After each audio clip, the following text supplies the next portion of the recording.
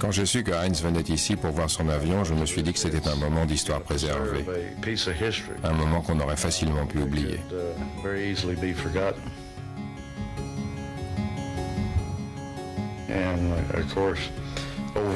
Au fil des ans, et je le vois chaque année, il s'est adouci.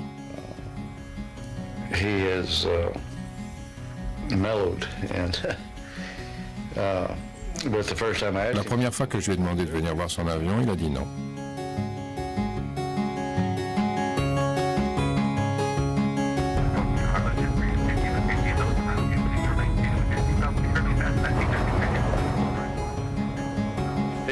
Il a été abattu le 9 février 1945 par 2 Mustangs anglais. Et autant que je sache, il n'avait pas revu l'avion depuis.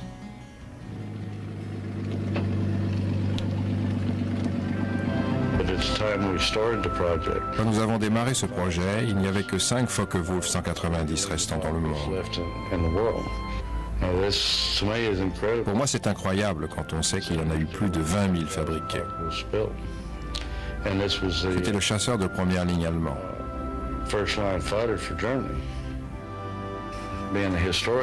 En tant qu'historien, je m'intéresse à la manière dont les pilotes sont tombés, à ce qui s'est vraiment passé. Mais j'ai le sentiment que les Allemands ont très peur de restaurer et de préserver les reliques de la Seconde Guerre mondiale.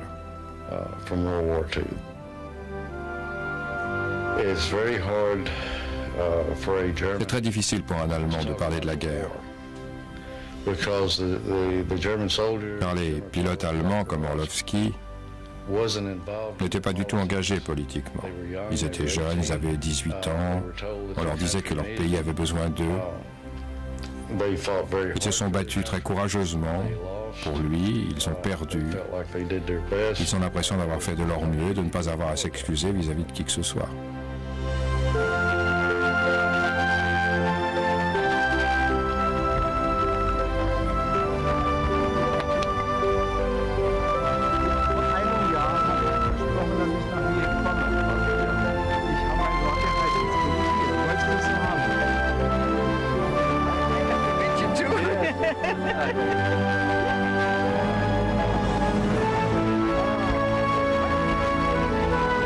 Heinz Orlowski, un pilote de la Luftwaffe, retrouve son Focke-Wulf 190, le Vines Heinz. Il n'a pas revu l'appareil depuis ce 9 février 1949, où 2 Mustangs britanniques ont abattu Vines Heinz, laissant Orlowski tomber en chute libre, son parachute en torche.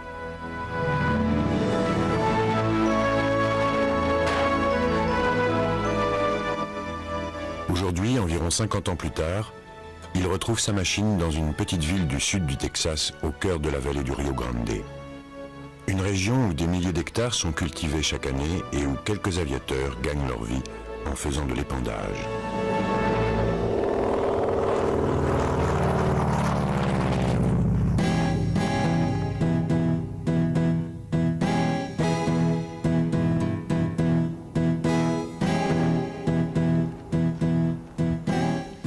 Une fois qu'il a rangé son tracteur du ciel, John Huston franchit les quelques dizaines de mètres qui le séparent du Texas Air Museum, auquel il apporte sa collaboration. Il fut autrefois pilote privé d'un autre Texan nommé Lyndon Johnson, et c'est lui qui a convaincu le musée d'acquérir un Focke-Wulf FW-190. Au départ, on a commencé le musée sur le thème du Vietnam. Et nous avions les pires difficultés à obtenir quoi que ce soit de la part du gouvernement. Donc, ou on fermait le musée, ou on s'orientait sur d'autres époques. Et nous savions que le FW-190 était l'avion le plus rare de la Seconde Guerre mondiale. Alors on a décidé d'en trouver un. Il découvre alors que le gouvernement norvégien dispose de 3 Focke-Wulf 190 récemment retrouvés. Un accord est trouvé au terme duquel le musée accepte de restaurer tous les appareils à condition de pouvoir en garder un au Texas, Vines Heinz. Les avions ont été amenés par un C-130 norvégien et ont commencé à arriver en 1986. Et nous en resterons 4. La remise en état de l'appareil exige de longues recherches et on découvre bientôt que le dernier pilote du Vines Heinz vit toujours à Berlin. On a découvert qu'il vivait à Berlin. On a trouvé quelqu'un qui parlait allemand et on s'est procuré l'annuaire de Berlin. Et au troisième appel, quelqu'un de sa famille a répondu. En 88, je suis allé en Suède et de là, je l'ai appelé. Je lui ai dit que je voulais venir à Berlin et lui parler. Il m'a demandé quand je serais là. J'ai répondu le lendemain. Il m'a dit que je pouvais venir à 2 heures et rester jusqu'à 3 heures. Donc à 2 heures, nous sommes arrivés chez lui et nous avons commencé à parler de son avion. J'avais des photos et à 3 heures, il a regardé sa montre et m'a dit « Voulez-vous rester jusqu'à 4 heures ?» J'ai dit oui, nous avons discuté jusqu'à 4 heures. Puis il a regardé sa montre et nous a dit « Vous voulez rester dîner ?» Et voilà comment nous avons fait connaissance.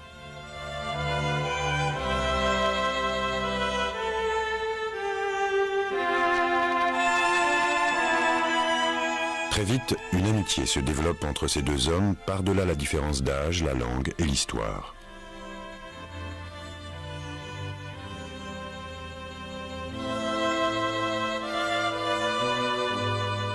L'histoire de Heinz Orlowski et de son avion Weiss Heinz donne une vision particulière du passage d'un jeune pilote à travers les années de guerre aux commandes du chasseur le plus moderne de la Luftwaffe. Le pilote, comme l'avion, sont entrés en guerre au fait des conquêtes d'Hitler et en sont sortis ensemble, dramatiquement séparés.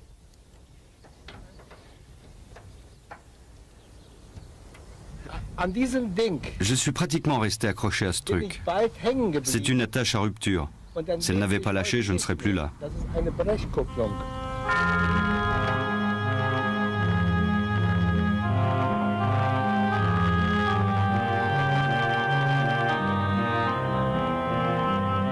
La Première Guerre mondiale avait laissé l'Allemagne exsangue. Toute l'infrastructure politique, sociale et économique de la société allemande était en ruine. Il n'y avait pratiquement rien à manger pour les enfants.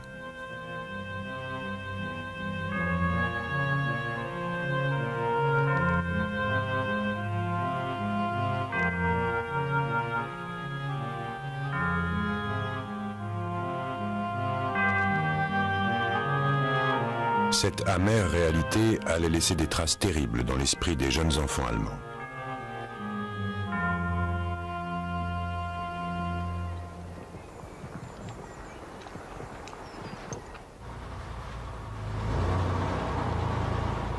À la fin de la guerre, les dirigeants du monde se retrouvent à Versailles pour organiser la paix.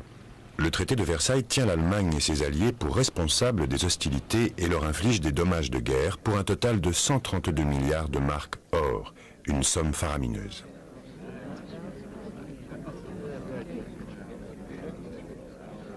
Outre le fardeau financier, c'est pour les Allemands une humiliation inacceptable. La population est amère, et quand viendront se greffer là-dessus les problèmes économiques résultant de la crise de 1929, le terreau sera fertile pour nourrir la montée du nazisme. Tel est le monde dans lequel grandit Heinz Orlowski. Son père a fait la guerre et il a vécu de plein fouet les divisions de son pays sous la République de Weimar, une période d'incertitude et de défiance.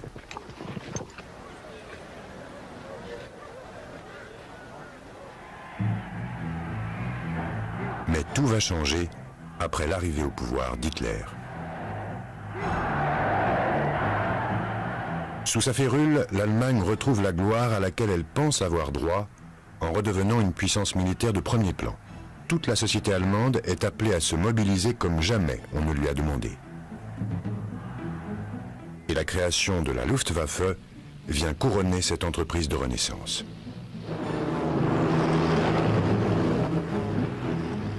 Dès 1935, Hitler a violé l'un des interdits du traité de Versailles en commençant à constituer une flotte aérienne capable, comme il le proclame, de mettre un toit d'acier au-dessus de l'Allemagne et d'assombrir le soleil.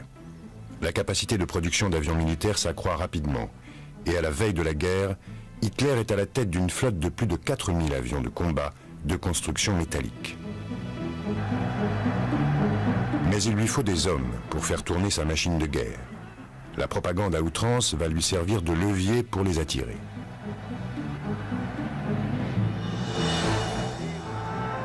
Les jeunes garçons vont bientôt devenir des hommes.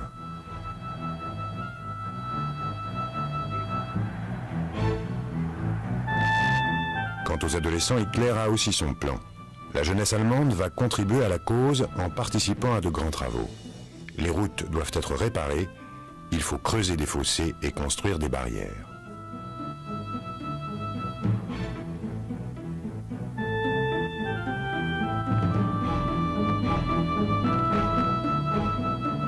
Les membres des jeunesses hitlériennes défilent à travers les villes et les villages pour montrer l'exemple à la jeune population locale. Une fois son implacable machine en place, Hitler se lance dans la guerre. En septembre 1939, ses troupes envahissent la Pologne. Atterrée, l'Europe découvre l'impressionnante puissance militaire du Troisième Reich.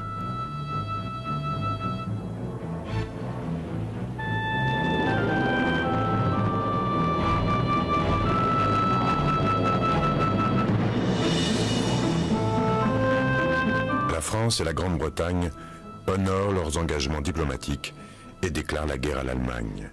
La Seconde Guerre mondiale vient de commencer.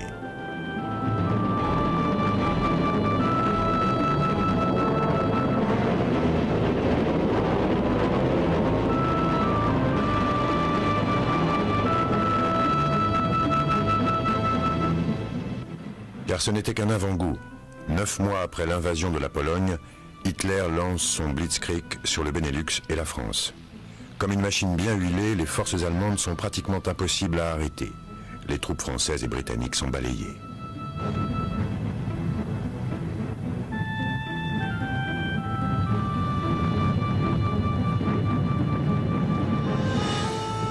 Quand il apprend que la France a préféré l'armistice à la destruction de Paris, Hitler est tellement ravi qu'il a du mal à contenir sa joie.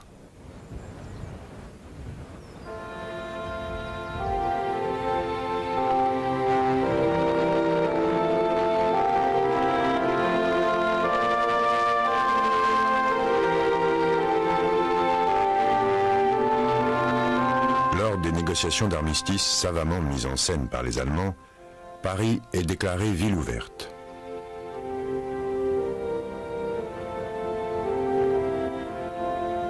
Et 3 jours plus tard, les troupes allemandes arrivent dans la capitale. Au moment de l'invasion de la France par l'Allemagne, Heinz Orlowski est apprenti dans une scierie. Comme beaucoup de jeunes travailleurs, il sait que la guerre va bientôt bouleverser sa vie. En novembre 1941, il reçoit sa lettre de mobilisation. 1 mois plus tard, il est volontaire pour entrer dans la Luftwaffe. Il a toujours été fasciné par les avions et c'est l'occasion pour lui d'apprendre à piloter.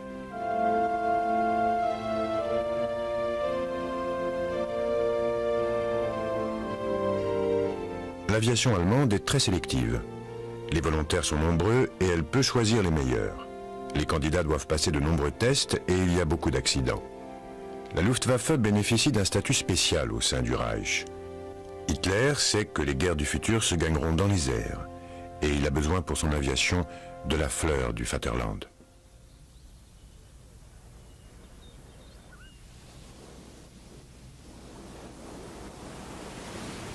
Les chances de Heinz d'apprendre à piloter s'améliorent lorsqu'il se qualifie pour rejoindre un bataillon de chasse en France.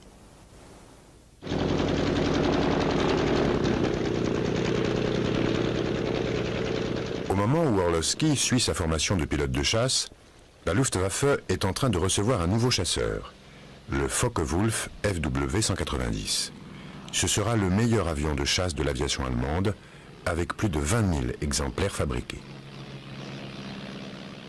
C'est le célèbre concepteur d'avions Kurt Tank qui est le créateur du FW-190.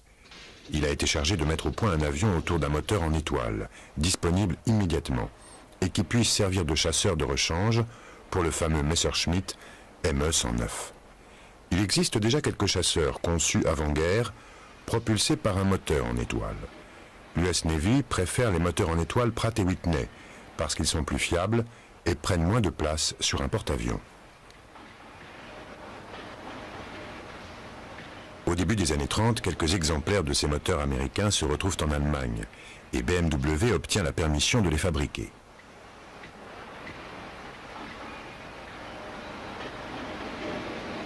Kurt Tank dessine un capot moteur aérodynamique avec tous les éléments de sécurité. Et début 1939, les outils et gabarits sont prêts pour la production en série. L'Allemagne a compris l'avantage de recourir à des sous-traitants. Chacun est responsable de la production en quantité de pièces spécifiques. Les éléments du FW190 proviennent donc d'au moins 24 usines différentes.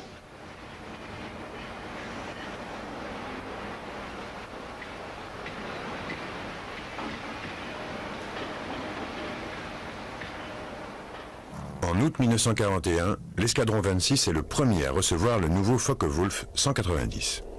Et la première mission d'importance confiée à ces nouveaux chasseurs est la défense des deux cuirassés allemands, le Scharnhorst et le Gneisenau, qui rentrent d'urgence en Allemagne en passant par la Manche. Cette opération osée est un pari personnel d'Hitler. Il connaît les risques encourus mais croit fermement qu'un passage en force de la Manche par ces deux navires de prestige sera une gifle psychologique à la Grande-Bretagne. Une coordination remarquable entre la Luftwaffe et la Kriegsmarine assure aux deux cuirassés un parfait bouclier qui leur permet de rejoindre sans dommage leur port d'attache. Le FW190 a largement contribué à ce succès et la rumeur d'un nouveau chasseur allemand se répand comme une traînée de poudre. Heinz entend parler des exploits du Focke-Wulf alors qu'il s'entraîne encore à bord de planeurs-écoles très sophistiqués. Les Allemands ont commencé à former des pilotes à la fin des années 30. L'apprentissage sur planeur présente l'avantage d'une meilleure compréhension des lois aérodynamiques. Ils sont de plus beaucoup moins onéreux à opérer que les avions à moteur et parfaits pour les jeunes pilotes inexpérimentés.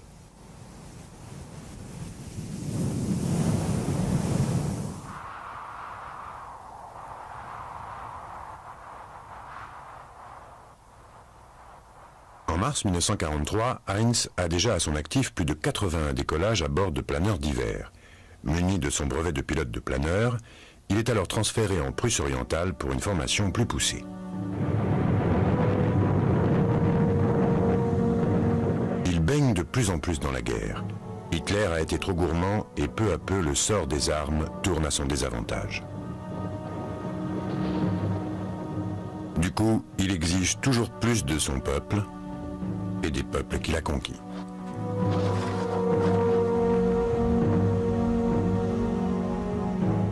Lorsque le jeune Orlowski traverse son pays, il peut observer le sort qui est désormais celui de son pays. Les mouvements de troupes y sont incessants et la sécurité est devenue une préoccupation de tous les instants.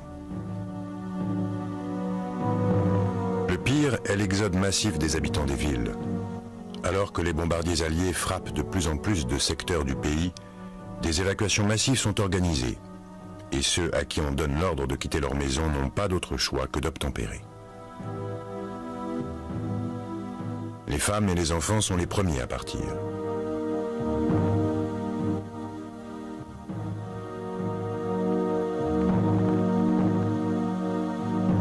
On est loin des promesses de prospérité jadis prodiguées par les nazis.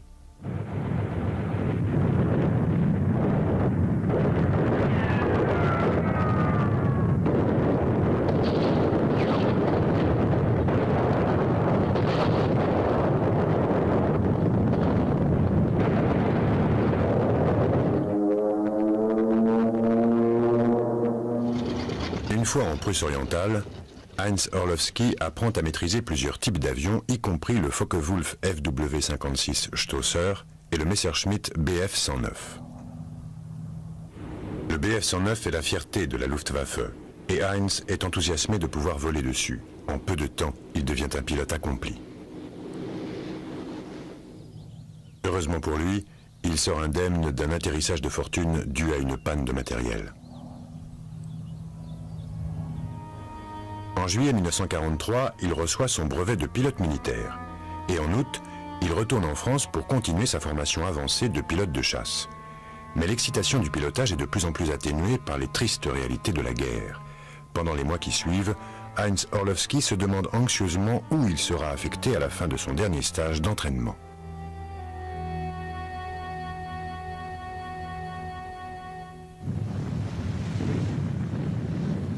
Ces inquiétudes se renforcent encore avec le débarquement allié en Normandie. Après des mois de préparation, une colossale force alliée constituée d'Américains, de Britanniques, de Canadiens et de Français débarque sur 5 plages de Normandie.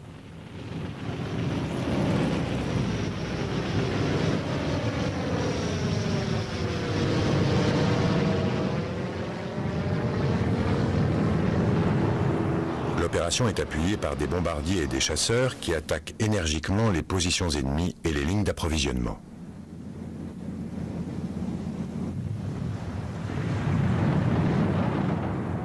Les plages sont rapidement conquises et troupes et matériels débarquent en masse. En moins d'un mois, il y a plus d'1 million de soldats alliés sur le sol français.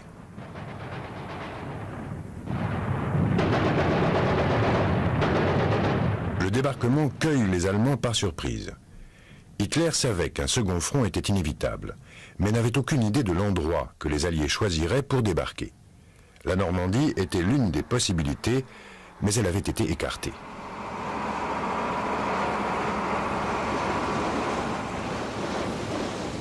Moins d'un mois après le débarquement, Heinz Orlowski est envoyé en Finlande et affecté au 5e escadron de chasse dénommé Chasseurs de glace. Comme sur le front ouest, les troupes hitlériennes stationnées sur le front est ont aussi désespérément besoin de pilotes de chasse. L'avancée russe vers Berlin n'a laissé d'autre choix à une armée allemande mal approvisionnée que de faire retraite. Au cours de cette retraite, le matériel et les soldats allemands traversent la Finlande et embarquent sur des navires qui les ramènent vers le sud. L'escadron de Heinz est responsable de la protection des armées allemandes en déroute.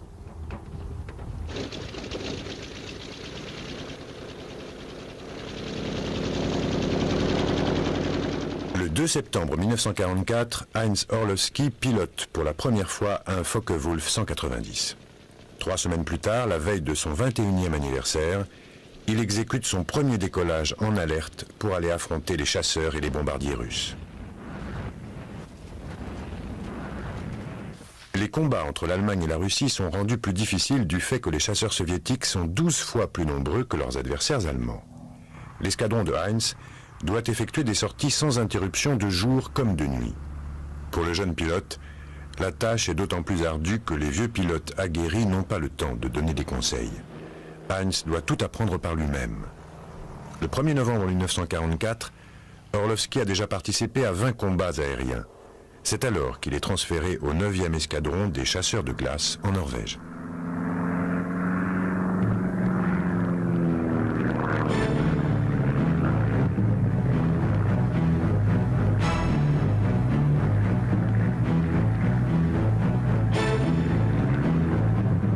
La mission principale de cette unité de chasse est la protection de la flotte qui escorte le grand cuirassé Tirpitz. C'est là que Heinz va faire connaissance avec son Weins 1. Hitler a envoyé plus de 300 000 hommes en Norvège pour la durée de la guerre. La Norvège est le lieu du destin de cette guerre, a-t-il proclamé en janvier 1942.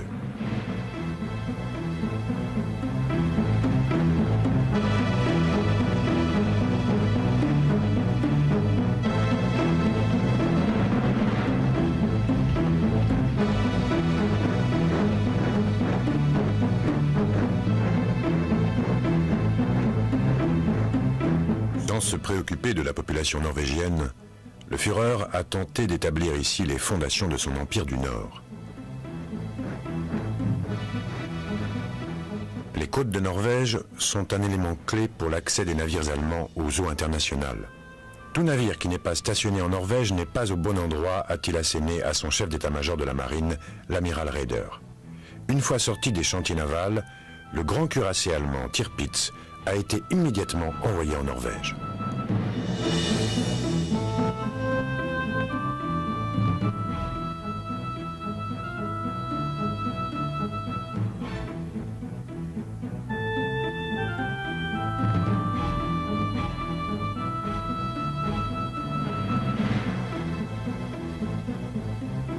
Lors de son lancement en 1939, le Tirpitz est un des navires les plus redoutables du monde.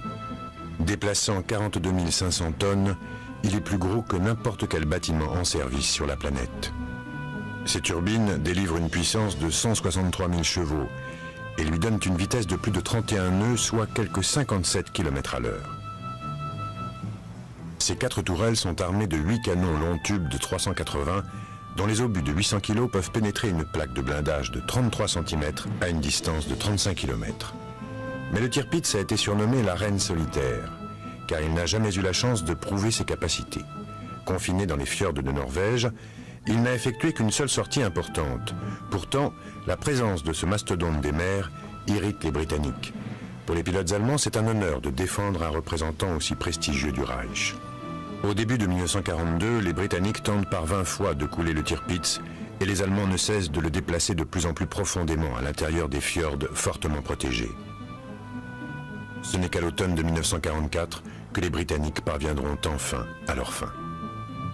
Peu avant l'aube du 12 novembre 1944, bénéficiant de conditions météo idéales, un groupe de 31 bombardiers Lancaster britanniques se dirige droit sur le Tirpitz. Les bombardiers anglais ont volé toute la nuit et à l'aube, ils sont au-dessus de la Norvège. L'escadron de Heinz est en alerte. Il a reçu des rapports sur des avions ennemis se dirigeant vers eux. Il n'y a rien à faire, sinon attendre qu'on leur signale les bombardiers. Finalement, l'attaque commence et l'ordre est donné de faire décoller les chasseurs. Mais l'ordre est venu trop tard, car au moment où l'escadron de Heinz arrive au-dessus du Tirpitz, 2 Lancaster ont déjà largué des bombes géantes spéciales Tallboy, capables de pénétrer le blindage d'un cuirassé. Orlowski, à bord de son Vines Heinz, ne peut que constater et voir le Tirpitz brûler et disparaître.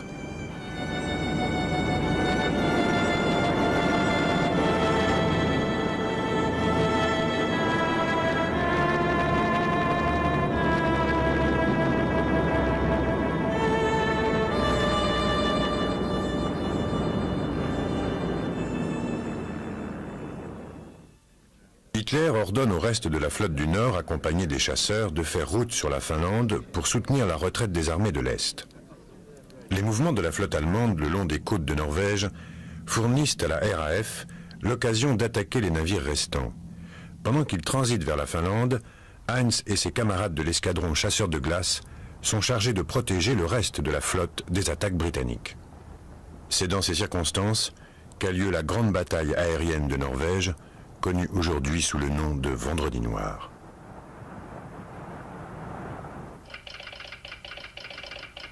Le 9 février 1945, au petit matin, les Allemands apprennent que les Anglais ont envoyé 2 Bristol Beaufighter en mission de reconnaissance au-dessus de la Norvège.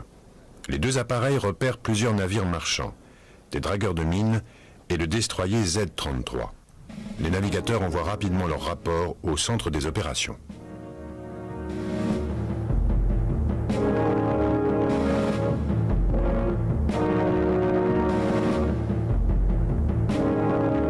À 13h55, les Beaufighters se regroupent en formation pour lancer une offensive majeure sur les navires repérés par la patrouille de reconnaissance. Ils sont escortés par des pilotes de chasse de nationalité norvégienne à bord de Mustang, choisis pour leur connaissance du littoral.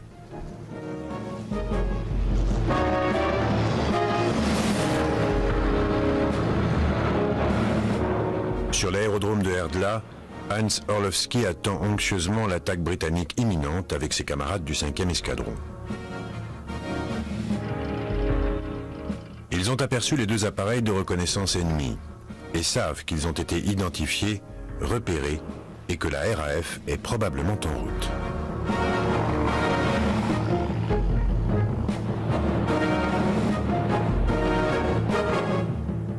Elle arrive finalement. Un ordre urgent leur est envoyé et les pilotes allemands saisissent leurs casques et leurs lunettes avant de se précipiter vers leurs avions.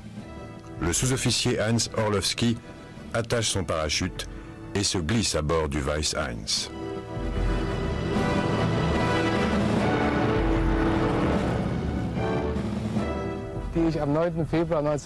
Le 9 février 1945, j'ai décollé pour la dernière fois de Norvège. Nous sommes partis de notre base de l'île de Herdla vers 16h pour aller protéger un convoi allemand des attaques de bombardiers et de chasseurs britanniques.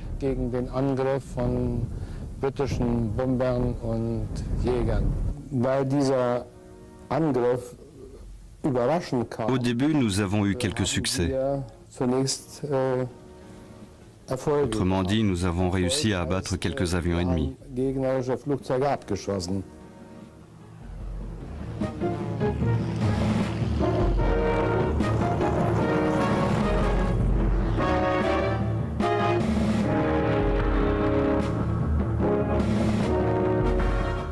L'institutrice norvégienne qui avait pressenti un raid aérien et renvoyé les enfants chez eux rapidement se souvient d'avoir entendu une explosion particulièrement forte au sud-ouest. Les Norvégiens sont alors habitués au rugissement des avions, mais cette fois c'est différent, et le bruit s'amplifie. Les avions sont repérés et les navires ouvrent le feu immédiatement.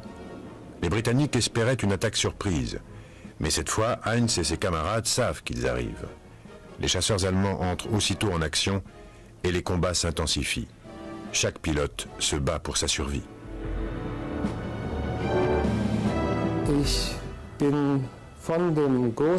Je me suis écarté du gros de l'escadrille et j'ai pris la direction du sud, à la poursuite d'un Beaufighter.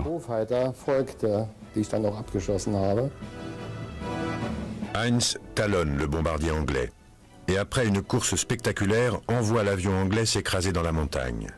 2 Mustangs arrivant trop tard pour aider le bombardier donnent alors la chasse au Focke-Wulf d'Orlowski. Alors a commencé pour moi un combat à mort, moi tout seul contre les Mustangs.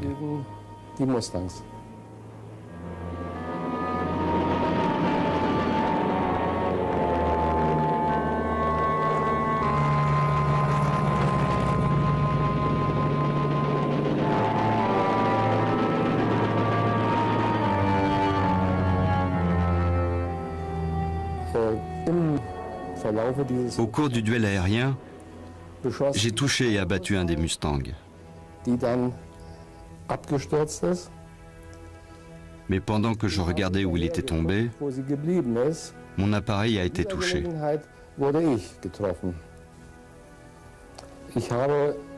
Je n'ai pas vu le feu, mais je pouvais sentir la fumée.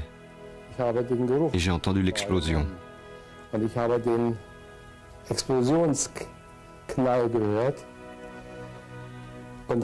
J'ai donc grimpé avec mon avion autant que je pouvais, en faisant attention de ne pas être poursuivi par les appareils ennemis.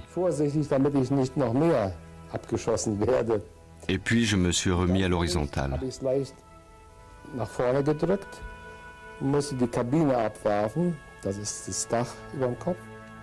J'ai largué la verrière. J'ai glissé ma main sur le côté et tiré sur la boucle du parachute. Celui-ci est sorti de son enveloppe. Il ne s'est pas ouvert complètement. Mais ça a suffi pour que je puisse descendre les pieds en bas. Le parachute flottait au-dessus de moi comme un sac vide pendant que je descendais. La neige épaisse amortit l'impact de Heinz, mais son pistolet lance-fusée se décharge et il est blessé au pied.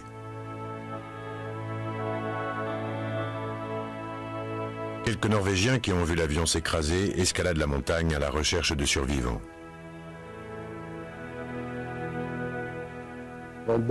Ils m'ont conduit à l'hôpital dans le fjord. Il y avait aussi là des aviateurs alliés. Je suis allé les voir en m'appuyant sur un balai à cause de ma blessure à la jambe. J'ai partagé avec eux mes cigarettes et mon chocolat. Et de leur côté, ils m'ont fait plein de cadeaux. Ensuite, j'ai été amené de l'autre côté de la Manche. La guerre est terminée pour Heinz et quelques mois plus tard, elle prend fin pour tout le monde.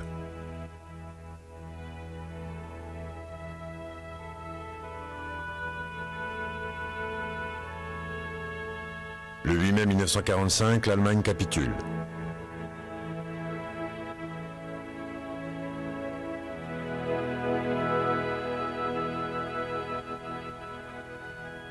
Comme la plupart des membres de la Luftwaffe, Hans Orlowski n'est pas autorisé à servir dans l'armée et n'a plus le droit de piloter. Il n'a que 22 ans et se retrouve sans travail. La prestigieuse Luftwaffe de Hitler est clouée au sol. Plus jamais le ronronnement des moteurs de bombardiers et de chasseurs du Troisième Reich ne résonnera dans le ciel de l'Europe. Beaucoup d'avions ont été soit détruits, soit piégés par les troupes allemandes aux abois.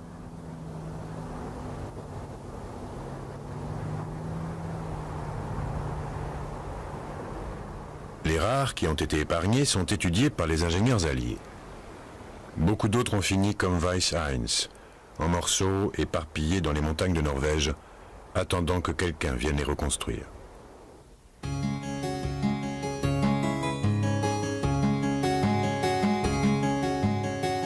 Harlingen, Texas. La Seconde Guerre mondiale est terminée depuis un demi-siècle. Il est difficile d'imaginer ce que Kurt Tank aurait pensé si on lui avait dit qu'un de ses avions, 50 ans après son dernier vol, serait finalement restauré dans une petite ville du Texas.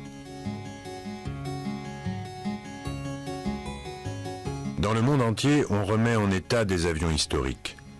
En général, c'est l'œuvre de passionnés de l'aviation.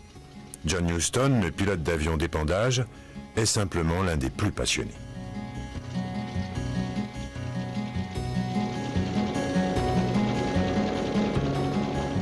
Avec l'aide de nombreux volontaires du Texas Air Museum, il s'emploie donc à trouver un Focke-Wulf 190.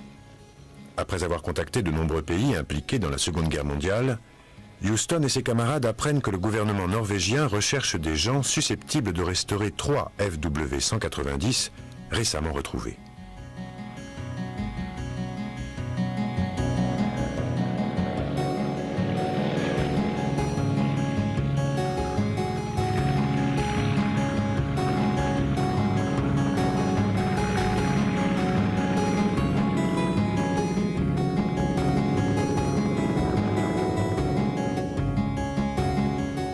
L'accord conclu est excellent.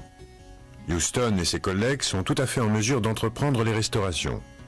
Et les Norvégiens sont d'accord pour les récompenser de leurs efforts.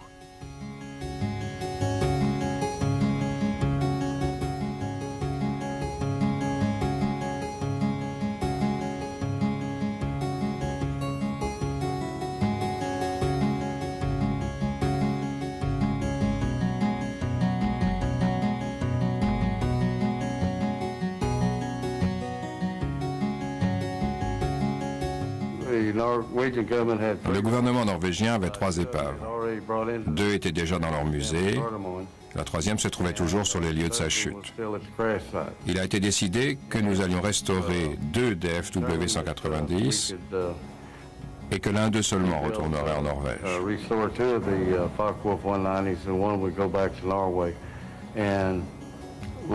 Par la suite, ils ont trouvé quelques épaves de plus.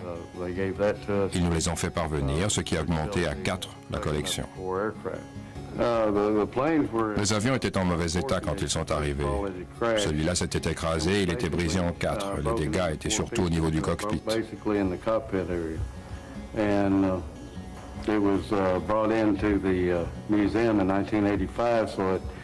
Il a été amené au musée en 85 et il était resté dehors de 45 à 85.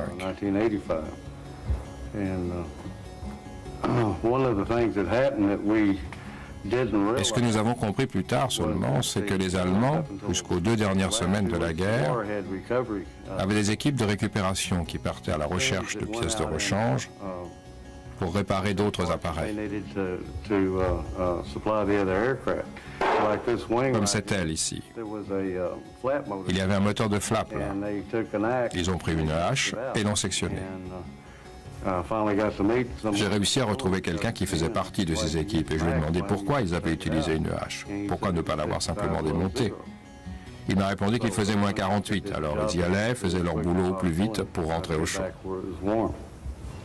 Ça nous a demandé environ 50 000 heures de main-d'œuvre par avion pour les restaurer.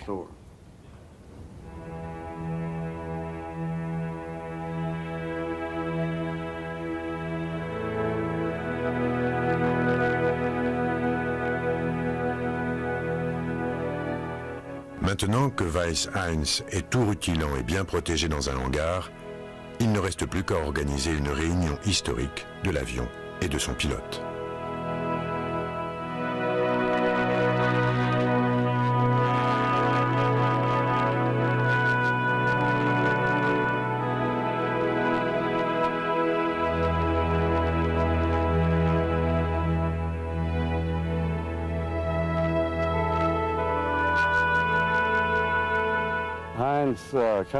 La venue de Heinz signifie beaucoup de choses. Elle est par exemple importante pour montrer aux enfants un certain nombre de choses. la nécessité de meilleurs rapports. Et je crois que toute cette histoire aura permis d'améliorer les relations entre nous.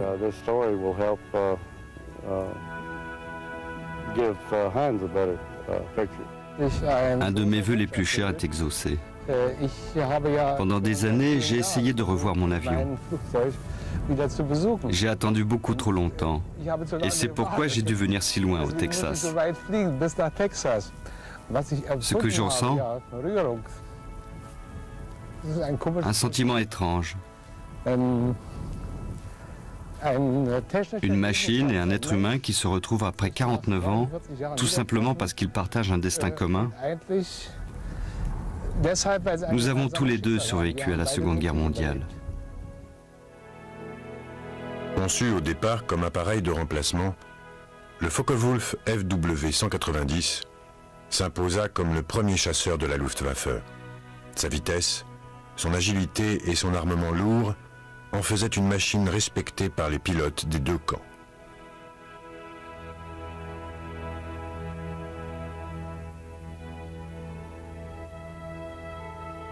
Aujourd'hui, le Weins 1 est un des très rares FW-190 restants et le seul qui a retrouvé son pilote.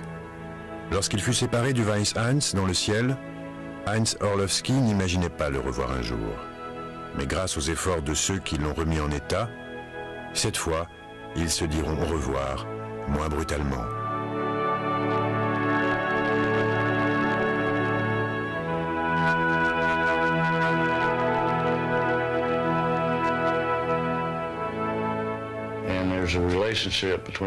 Il y a toujours une relation affective entre un homme et son avion. La seule manière de la décrire est de dire qu'en vol, quand on est en contrôle de tout, l'avion et le pilote, au fond, ne font qu'un. Certains avions, quand on monte dedans, donnent l'impression qu'ils sont le prolongement de son propre corps. Et le Focke-Wulf 190 était révolutionnaire.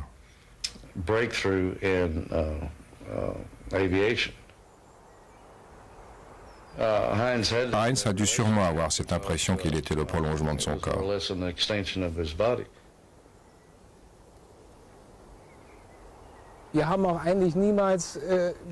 Nous n'avons jamais combattu les hommes qui nous faisaient face. C'est la technique que nous combattions. Sur le plan humain, on se serait certainement serré la main. En tout cas, je l'ai constaté auprès des Anglais, des Français et même des Américains.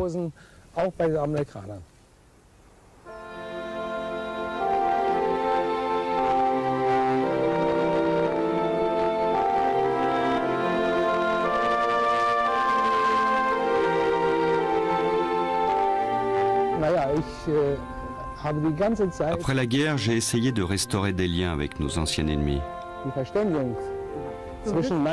Et je sais qu'ils pensaient exactement comme nous.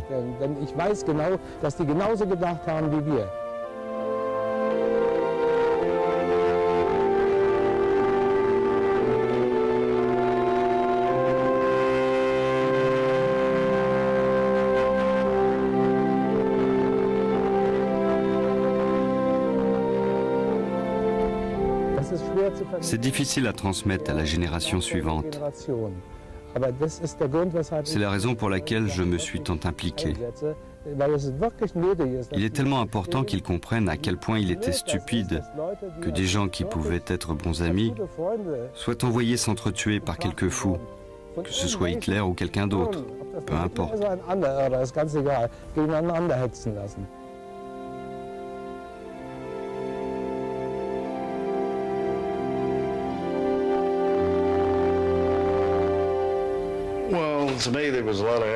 Aujourd'hui, nous avions beaucoup d'appréhension quand il est arrivé sans savoir ce qu'il attendait. Mais quand il s'est assis dans le cockpit, on pouvait sentir que son esprit était retourné dans le passé. Et pour moi, c'est ça qui compte.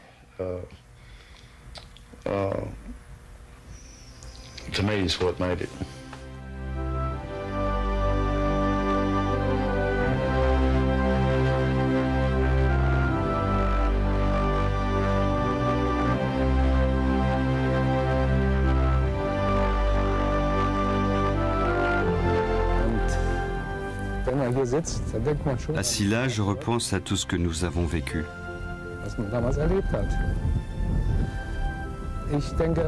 Je me rappelle la mort inutile de mes camarades allemands, mais aussi celle des soldats britanniques, canadiens et australiens.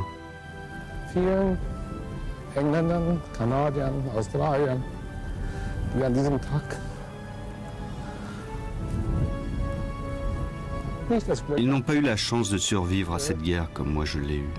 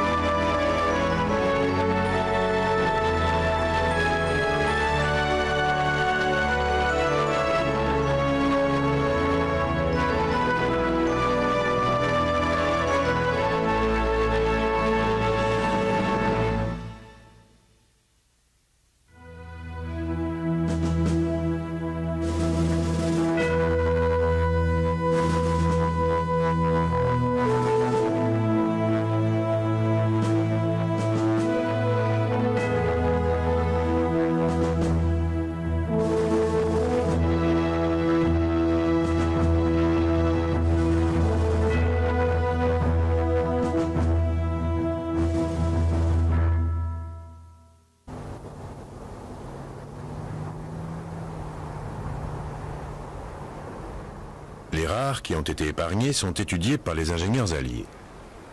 Beaucoup d'autres ont fini comme Weiss Heinz, en morceaux éparpillés dans les montagnes de Norvège, attendant que quelqu'un vienne les reconstruire.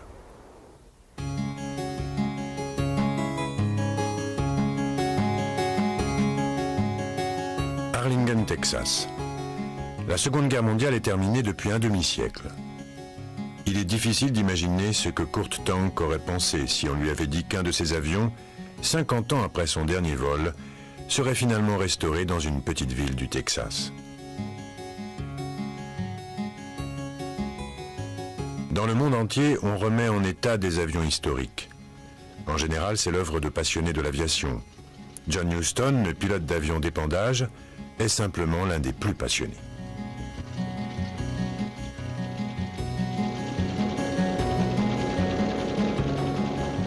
Avec l'aide de nombreux volontaires du Texas Air Museum, il s'emploie donc à trouver un Focke-Wulf 190.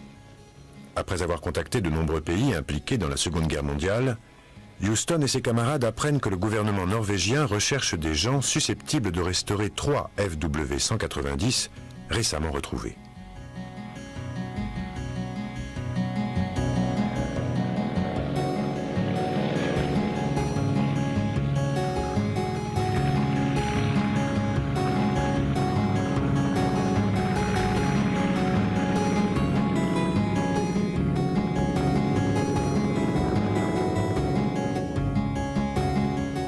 L'accord conclu est excellent. Huston et ses collègues sont tout à fait en mesure d'entreprendre les restaurations. Et les Norvégiens sont d'accord pour les récompenser de leurs efforts.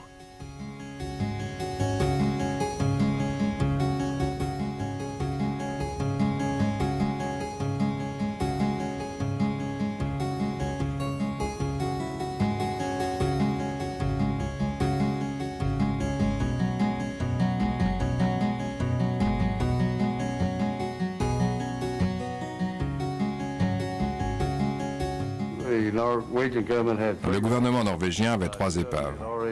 2 étaient déjà dans leur musée. La 3e se trouvait toujours sur les lieux de sa chute.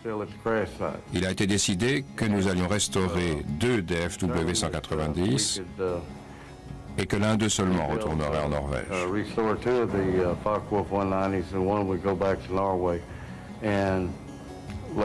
Par la suite, ils ont trouvé quelques épaves de plus. Ils nous les ont fait parvenir, ce qui a augmenté à 4 la collection. Les avions étaient en mauvais état quand ils sont arrivés. Au début, nous avons eu quelques succès. Autrement dit, nous avons réussi à abattre quelques avions ennemis.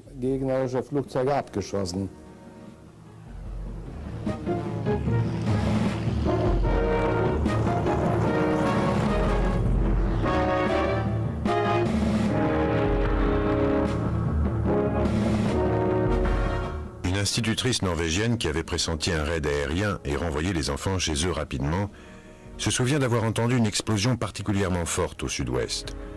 Les Norvégiens sont alors habitués au rugissement des avions, mais cette fois c'est différent, et le bruit s'amplifie. Les avions sont repérés et les navires ouvrent le feu immédiatement. Les Britanniques espéraient une attaque surprise, mais cette fois, Heinz et ses camarades savent qu'ils arrivent. Les chasseurs allemands entrent aussitôt en action et les combats s'intensifient. Chaque pilote se bat pour sa survie.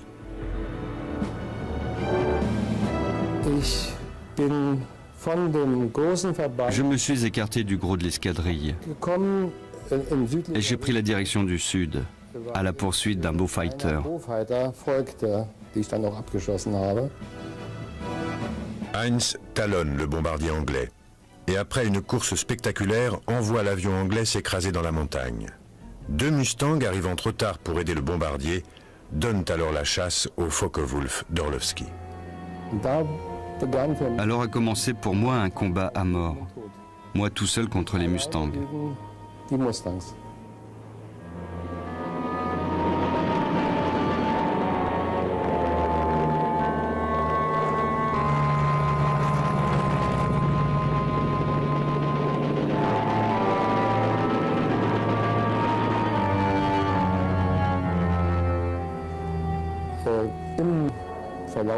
Au cours du duel aérien, j'ai touché et abattu un des Mustangs. Mais pendant que je regardais où il était tombé, mon appareil a été touché.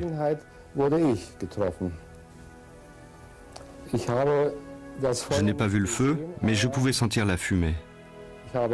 Et j'ai entendu l'explosion.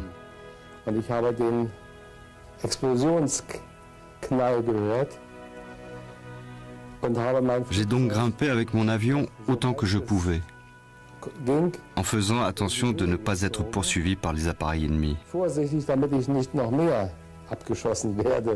Et puis je me suis remis à l'horizontale.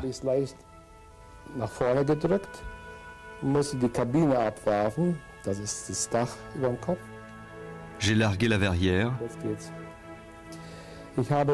J'ai glissé ma... Beaucoup d'avions ont été soit détruits, soit piégés par les troupes allemandes aux abois.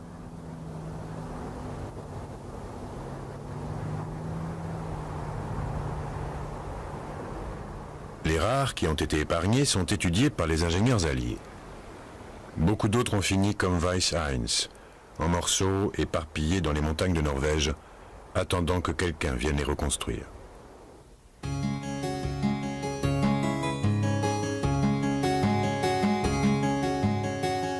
Harlingen, Texas. La Seconde Guerre mondiale est terminée depuis un demi-siècle. Il est difficile d'imaginer ce que Kurt Tank aurait pensé si on lui avait dit qu'un de ses avions, 50 ans après son dernier vol, serait finalement restauré dans une petite ville du Texas. Dans le monde entier, on remet en état des avions historiques. En général, c'est l'œuvre de passionnés de l'aviation. John Huston, le pilote d'avion d'épandage, est simplement l'un des plus passionnés.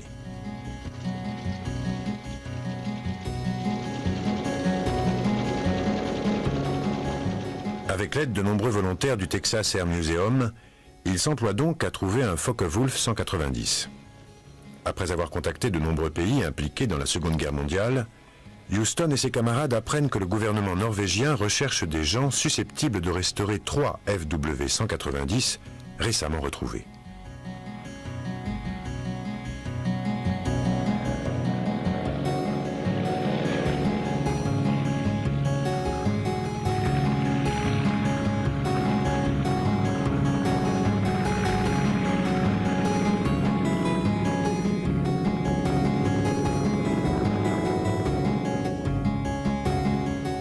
L'accord conclu est excellent. Huston et ses collègues sont tout à fait en mesure d'entreprendre les restaurations. Et les Norvégiens sont d'accord pour les récompenser de leurs efforts.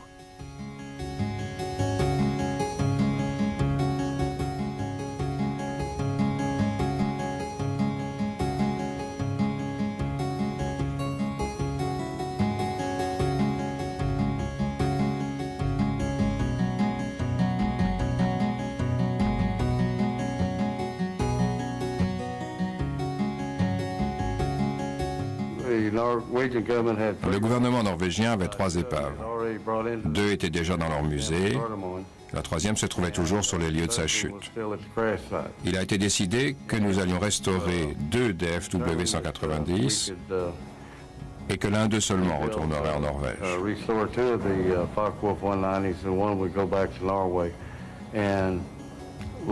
Par la suite, ils ont trouvé quelques épaves de plus. Ils nous les ont fait parvenir. Ceux qui y allaient faisaient leur boulot au plus vite pour rentrer au chaud. Ça nous a demandé environ 50 000 heures de main-d'œuvre par avion pour les restaurer.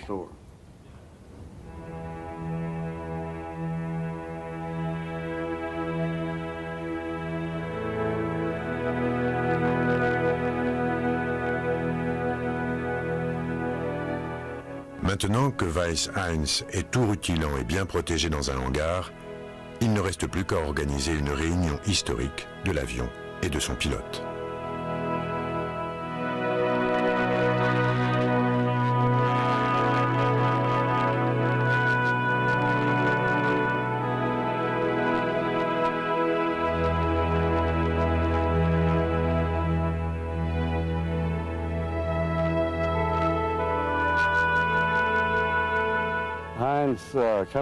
La venue de Heinz signifie beaucoup de choses.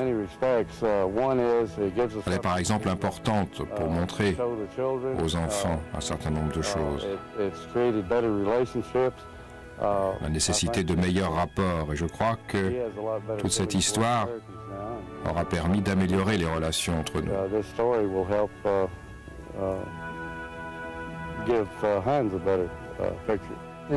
Un de mes vœux les plus chers est exaucé. Pendant des années, j'ai essayé de revoir mon avion. J'ai attendu beaucoup trop longtemps. Et c'est pourquoi j'ai dû venir si loin, au Texas. Ce que je ressens, un sentiment étrange. Une machine et un être humain qui se retrouvent après 49 ans, tout simplement parce qu'ils partagent un destin commun. Nous avons tous les deux survécu à la Seconde Guerre mondiale. Conçu au départ comme appareil de remplacement, le Focke-Wulf FW-190 s'imposa comme le premier chasseur de la Luftwaffe. Sa vitesse, son agilité et son armement lourd en faisaient une machine respectée par les pilotes des 2 camps.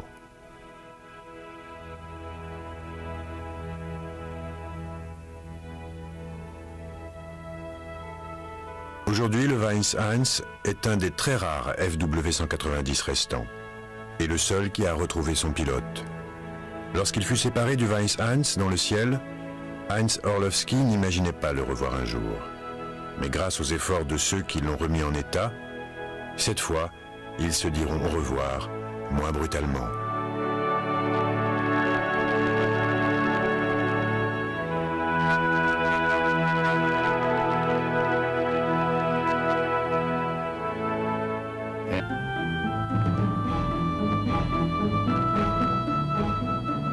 Les membres des jeunesses hitlériennes défilent à travers les villes et les villages pour montrer l'exemple à la jeune population locale. Une fois son implacable machine en place, Hitler se lance dans la guerre. En septembre 1939, ses troupes envahissent la Pologne. Atterrée, l'Europe découvre l'impressionnante puissance militaire du Troisième Reich.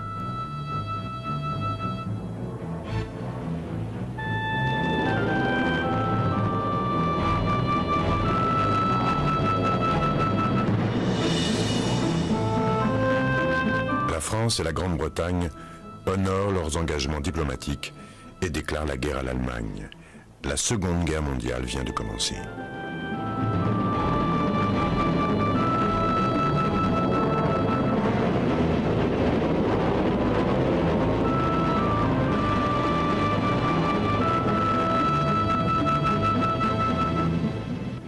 Car ce n'était qu'un avant-goût.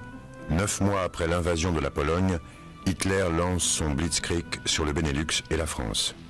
Comme une machine bien huilée, les forces allemandes sont pratiquement impossibles à arrêter. Les troupes françaises et britanniques sont balayées.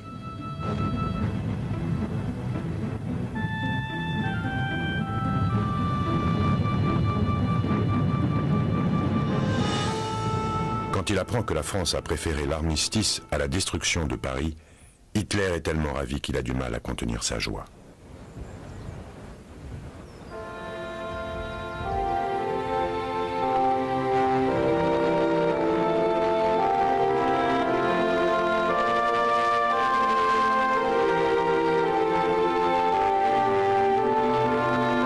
Lors des négociations d'armistice savamment mises en scène par les Allemands, Paris est déclarée ville ouverte.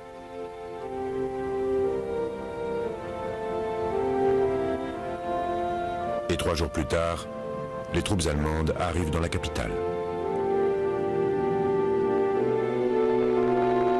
Au moment de l'invasion de la France par l'Allemagne, Heinz Orlowski est apprenti dans une scierie. Comme beaucoup de jeunes travailleurs, il sait que la guerre va bientôt bouleverser sa vie. En novembre 1941, il reçoit sa lettre de mobilisation. 1 mois plus tard, il est volontaire pour entrer dans la Luftwaffe. Il a toujours été fasciné par les avions et c'est l'occasion pour lui d'apprendre à piloter.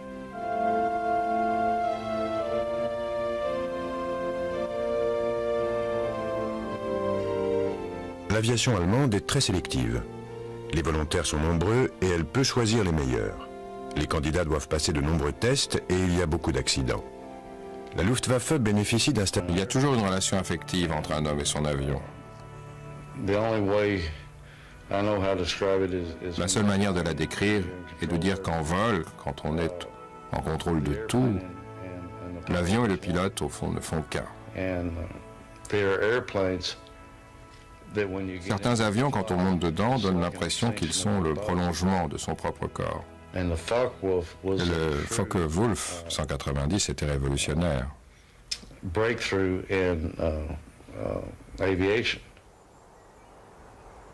Heinz a dû sûrement avoir cette impression qu'il était le prolongement de son corps.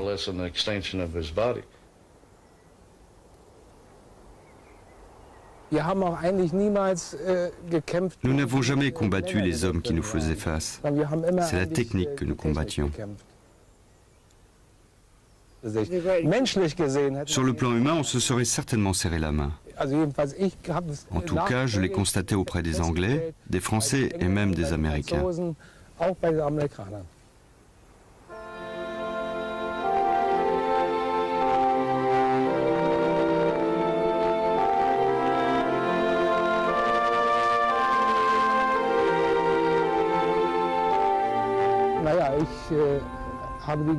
Après la guerre, j'ai essayé de restaurer des liens avec nos anciens ennemis.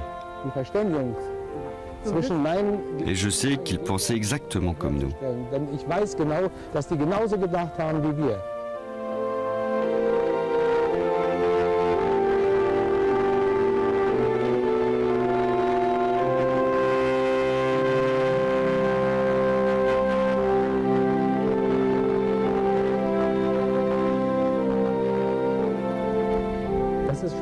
C'est difficile à transmettre à la génération suivante.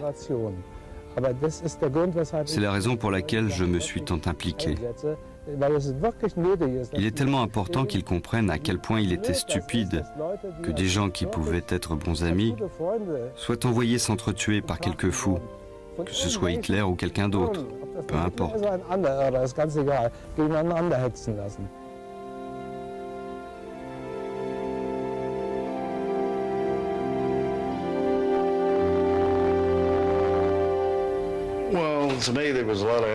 Aujourd'hui, nous avions beaucoup d'appréhension quand il est arrivé sans savoir ce qu'il attendait. Mais quand il s'est assis dans le cockpit, on pouvait sentir que son esprit était retourné dans le passé. Et pour moi, c'est ça qui compte.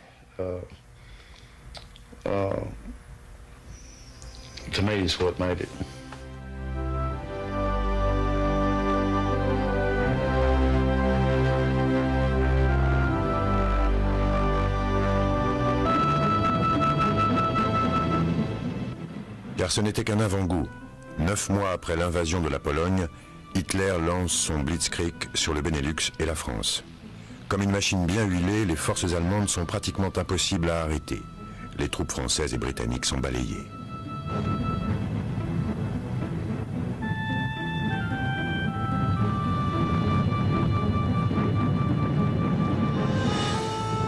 Quand il apprend que la France a préféré l'armistice à la destruction de Paris, Hitler est tellement ravi qu'il a du mal à contenir sa joie.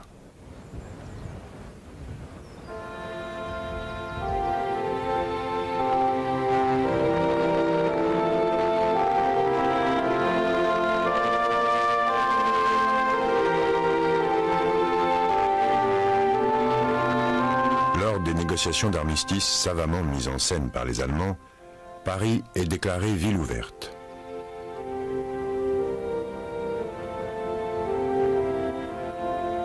Et 3 jours plus tard, les troupes allemandes arrivent dans la capitale. Au moment de l'invasion de la France par l'Allemagne, Heinz Orlowski est apprenti dans une scierie. Comme beaucoup de jeunes travailleurs, il sait que la guerre va bientôt bouleverser sa vie. En novembre 1941, il reçoit sa lettre de mobilisation. 1 mois plus tard, il est volontaire pour entrer dans la Luftwaffe.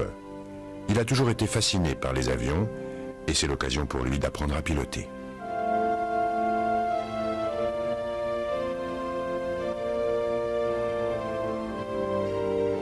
L'aviation allemande est très sélective.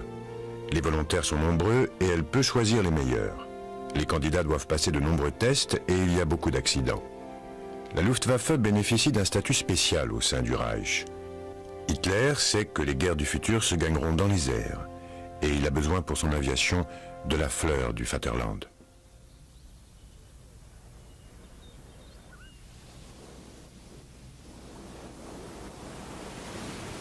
Les chances de Heinz d'apprendre à piloter s'améliorent lorsqu'il se qualifie pour rejoindre un bataillon de chasse en France.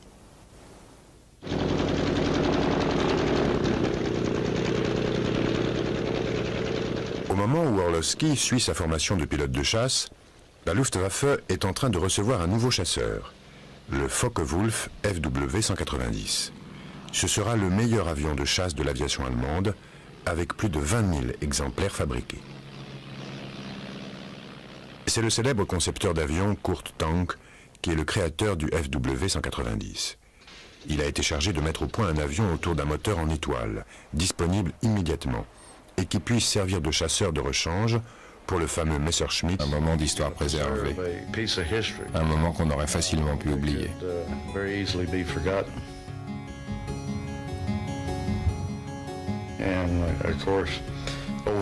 Au fil des ans, et je le vois chaque année, il s'est adouci.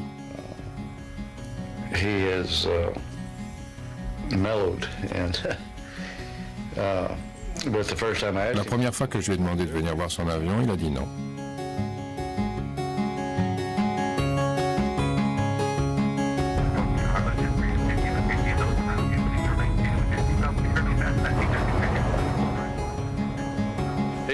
Il a été abattu le 9 février 1945 par 2 Mustangs anglais. Et autant que je sache, il n'avait pas revu l'avion depuis.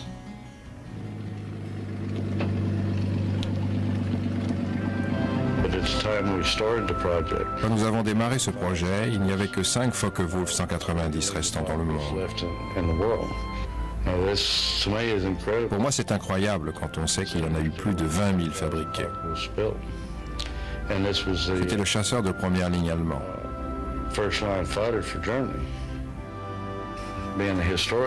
En tant qu'historien, je m'intéresse à la manière dont les pilotes sont tombés, à ce qui s'est vraiment passé.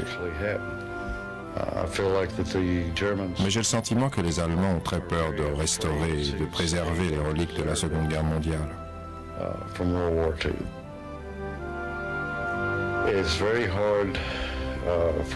C'est très difficile pour un Allemand de parler de la guerre. Car les pilotes allemands comme Orlowski n'étaient pas du tout engagés politiquement. Ils étaient jeunes, ils avaient 18 ans, on leur disait que leur pays avait besoin d'eux. Ils se sont battus très courageusement pour lui, ils ont perdu. Ils ont l'impression d'avoir fait de leur mieux, de ne pas avoir à s'excuser vis-à-vis de qui que ce soit.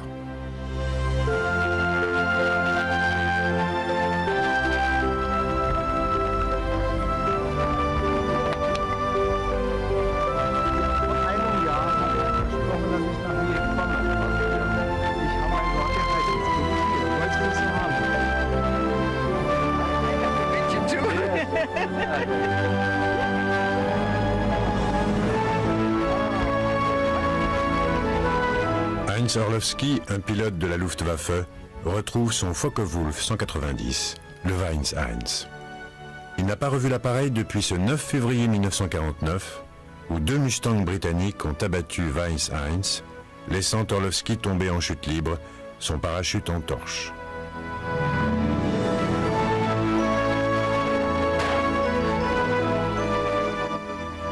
Aujourd'hui, environ 50 ans plus tard, un mois plus tard, il est volontaire pour entrer dans la Luftwaffe. Il a toujours été fasciné par les avions et c'est l'occasion pour lui d'apprendre à piloter.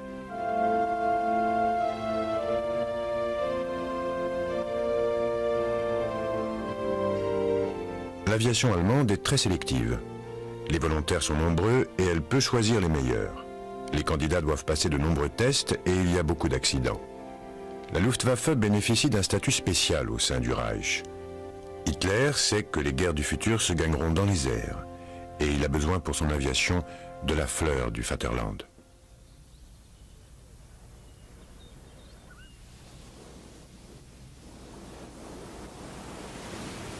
Les chances de Heinz d'apprendre à piloter s'améliorent lorsqu'il se qualifie pour rejoindre un bataillon de chasse en France.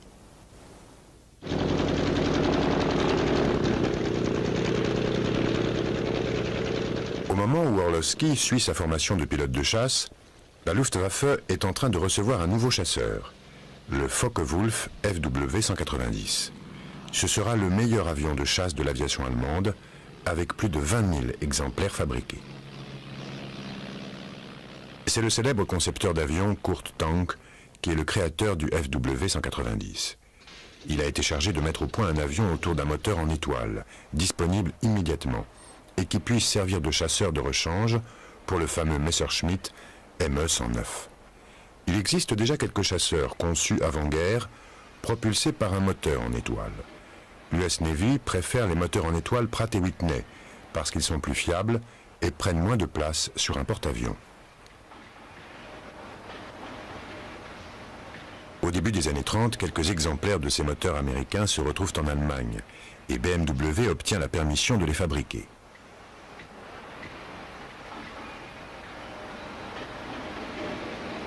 Kurt Tank dessine un capot moteur aérodynamique avec tous les éléments de sécurité. Et début 1939, les outils et gabarits sont prêts pour la production en série. L'Allemagne a compris l'avantage de recourir à des sous-traitants. Chacun est responsable de la production en quantité de pièces spécifiques. Les éléments du FW-190 proviennent donc d'au moins 24 usines différentes.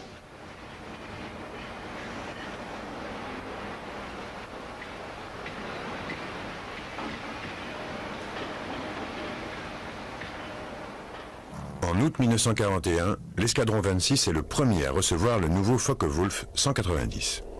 Et la première mission d'importance confiée à ces nouveaux chasseurs est la défense des 2 cuirassés allemands, le Scharnhorst et le Gneisenau, qui rentrent d'urgence en Allemagne en passant par la Manche. Cette opération osée est un pas à l'Allemagne et d'assombrir le soleil. La capacité de production d'avions militaires s'accroît rapidement et à la veille de la guerre, Hitler est à la tête d'une flotte de plus de 4000 avions de combat de construction métallique. Mais il lui faut des hommes pour faire tourner sa machine de guerre. La propagande à outrance va lui servir de levier pour les attirer.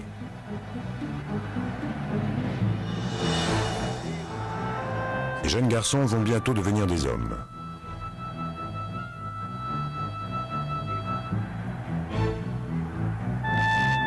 Quant aux adolescents, Hitler a aussi son plan. La jeunesse allemande va contribuer à la cause en participant à de grands travaux. Les routes doivent être réparées, il faut creuser des fossés et construire des barrières.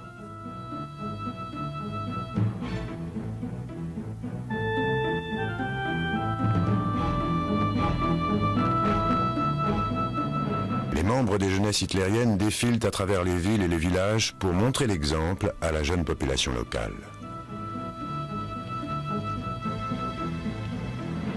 Une fois son implacable machine en place, Hitler se lance dans la guerre.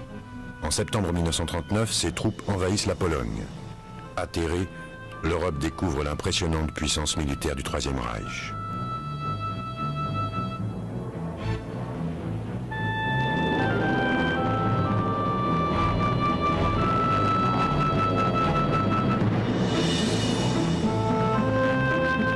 France et la Grande-Bretagne honorent leurs engagements diplomatiques et déclarent la guerre à l'Allemagne. La Seconde Guerre mondiale vient de commencer.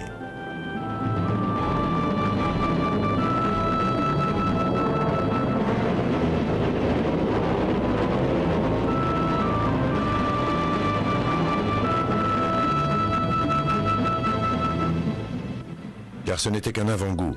9 mois après l'invasion de la Pologne, Hitler lance son Blitzkrieg sur le Benelux et la France. Comme une machine bien huilée, les forces allemandes sont pratiquement impossibles à arrêter.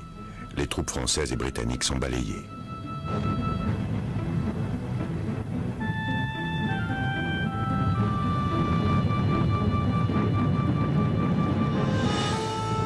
Quand il apprend que la France a préféré l'armistice à la destruction de Paris, Hitler est tellement ravi qu'il a du mal à contenir sa joie.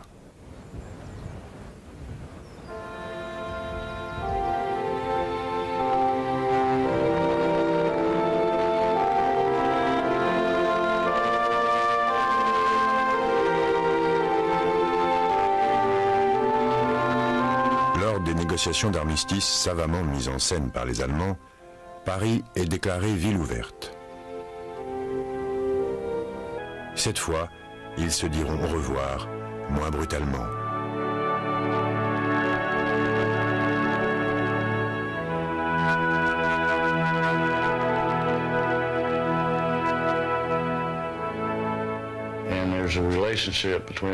Il y a toujours une relation affective entre un homme et son avion. La seule manière de la décrire est de dire qu'en vol, quand on est en contrôle de tout, l'avion et le pilote, au fond, ne font qu'un. Certains avions, quand on monte dedans, donnent l'impression qu'ils sont le prolongement de son propre corps. Et le Focke-Wulf 190 était révolutionnaire.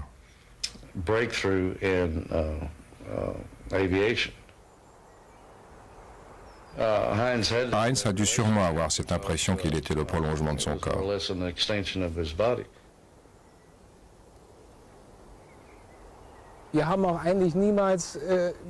Nous n'avons jamais combattu les hommes qui nous faisaient face. C'est la technique que nous combattions. Sur le plan humain, on se serait certainement serré la main. En tout cas, je l'ai constaté auprès des Anglais, des Français et même des Américains.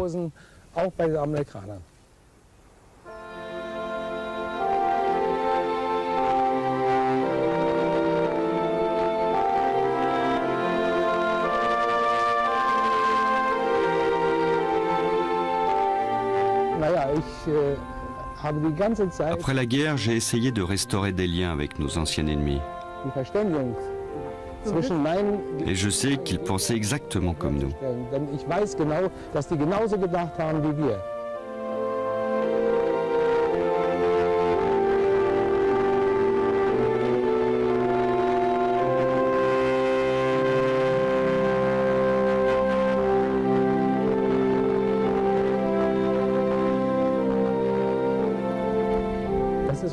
C'est difficile à transmettre à la génération suivante.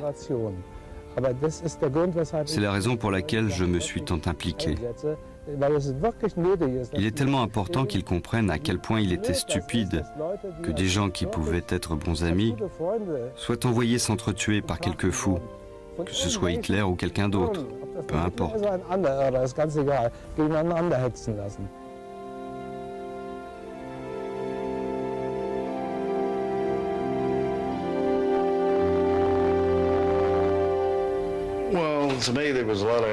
Aujourd'hui, nous avions beaucoup d'appréhension quand il est arrivé sans savoir ce qu'il attendait.